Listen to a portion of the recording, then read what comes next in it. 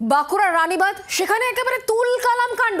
পথ অবরোধকে কেন্দ্র করে ব্যাপক উত্তেজনা, চলল পুলিশের ধরপাকড়ও। রানীবাঁধ থানার পুলিশের বিরুদ্ধেই মারধর এবং শ্লীলতাহানির অভিযোগ ঘিরে পথ অবরোধ করেন সেখানে স্থানীয়রা। চুরির অপবাদ নিয়ে পরিচারিকাকে মারধর এবং তার দিদিকে শ্লীলতাহানির অভিযোগ এক পুলিশ অফিসারের বিরুদ্ধে, আর তারই প্রতিবাদে অবরোধ করে বিক্ষোভ স্থানীয়দের।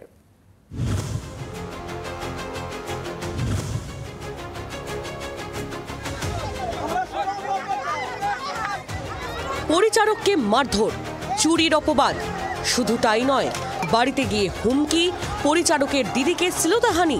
থানার আধিকারিকের বিরুদ্ধে এমনই গুরুতর অভিযোগ ঘিরে তীব্র উত্তেজনা ছড়ালো বাঁকুড়ার রানীবাঁধে। ক্ষুদিরাম স্ট্যাচু মোড়ে চলল অবরোধ, পুলিশকে ঘিরেও বিক্ষোভ স্থানীয় বাসিন্দাদের, চলল পুলিশের ধরপাকড়।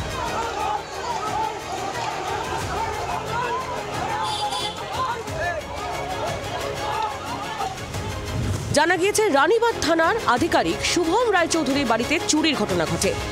বাড়ির পরিচারক সজল সহিসের বিরুদ্ধে চুরির অভিযোগ তুলে শুভম রায়চৌধুরী তাকে মারধর করেন বলে অভিযোগ। শুধু তাই নয়, সজলের বাড়িতে গিয়ে বাক্স ভেঙে ওই পুলিশ আধিকারিক টাকা ও গয়না নিয়ে যান বলেও দাবি। বাধা দিলে সজলের দিদিকে শ্লীলতাহানি ও কুপ্রস্তাব দেওয়ার অভিযোগ ওঠে ওই পুলিশ অফিসারের বিরুদ্ধে। এই ঘটনায় সরব হন স্থানীয় বাসিন্দারা। শুক্রবার সন্ধ্যের পর শনিবার সকালেও রানীবাঁধ রাস্তা অবরোধ করে বিক্ষোভ দেখান তারা। পরিস্থিতি সামাল দিতে ঘটনাস্থলে পুলিশ গেলে তাঁদের ঘিরেও বিক্ষোভ দেখান স্থানীয় বাসিন্দারা।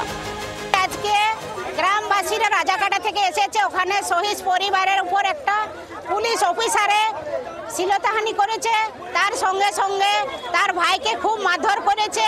তার জন্য গ্রামবাসীদের সঙ্গে আমরা আছি, গ্রামবাসীর পাশে আছি।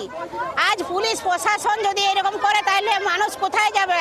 আজ গরিব মানুষের উপর যে অত্যাচারটা হয়েছে, আজ পুলিশ প্রশাসন যদি তারা করে তাহলে সাধারণ মানুষ বিচারের জায়গায় কোথায় যাবে? এই রাজ্যের মহিলা মুখ্যমন্ত্রী, পুলিশ মন্ত্রী মহিলাদের নিরাপত্তা দিতে ব্যর্থ হন।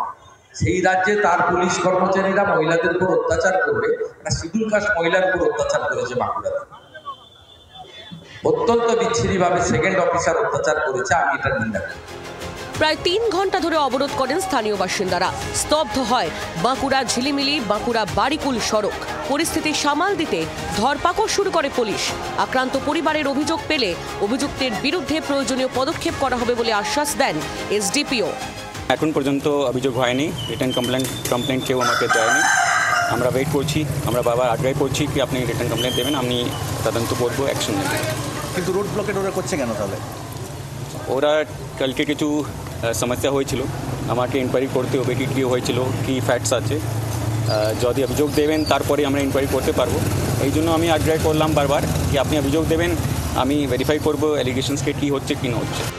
যদিও অভিযুক্ত পুলিশ অফিসার শুভম রায়চৌধুরীর কোনো বক্তব্য পাওয়া যায়নি।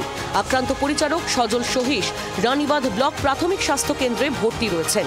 পুলিশের বিরুদ্ধে পরিচারকের ওপর নির্যাতনের অভিযোগ ঘিরে চর্চা শুরু হয়েছে রাজনৈতিক মহলেও।